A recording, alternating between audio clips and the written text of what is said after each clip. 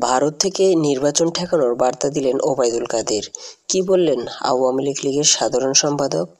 দীর্ঘদিন পর ভারতের মাটিতে দাঁড়িয়ে আবারও নির্বাচনী উত্তেজনার আগুনে ঘি ঢাললেন আওয়ামী লীগের সাধারণ সম্পাদক ওবায়দুল কাদের।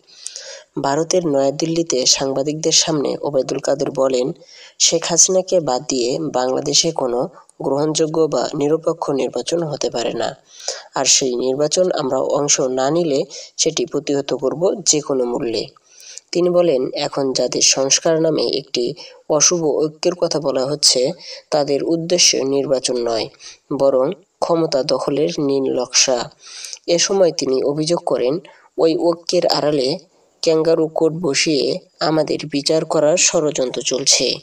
তিনি আরও হুঁশিয়ারি দেন, আমরা এটি গুঁড়িয়ে দেব, প্রতিরোধ গড়ে তুলব।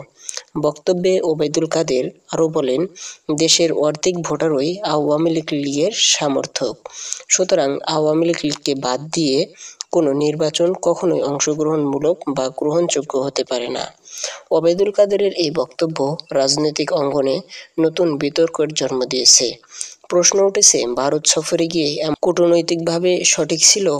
আবার অনেকে বলছেন এটি একটি কৌশল, নির্বাচন ঘিরে আন্তর্জাতিক মহলের দৃষ্টি আকর্ষণ করতে এমন বক্তব্য।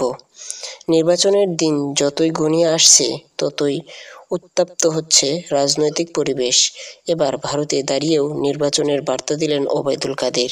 এখন দেখার বিষয় এই বার্তা পাল্টা জবাব আসে বিএনপি বা আন্তর্জাতিক মহল থেকে।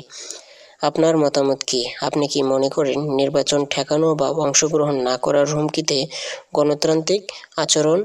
কমেন্টে জানিয়ে দিন আপনার মতামত। ভিডিওটি ভালো লাগলে লাইক দিন, শেয়ার করুন, আর এমন আরও প্রতিবেদন পেতে চ্যানেলটি সাবস্ক্রাইব করতে ভুলবেন না।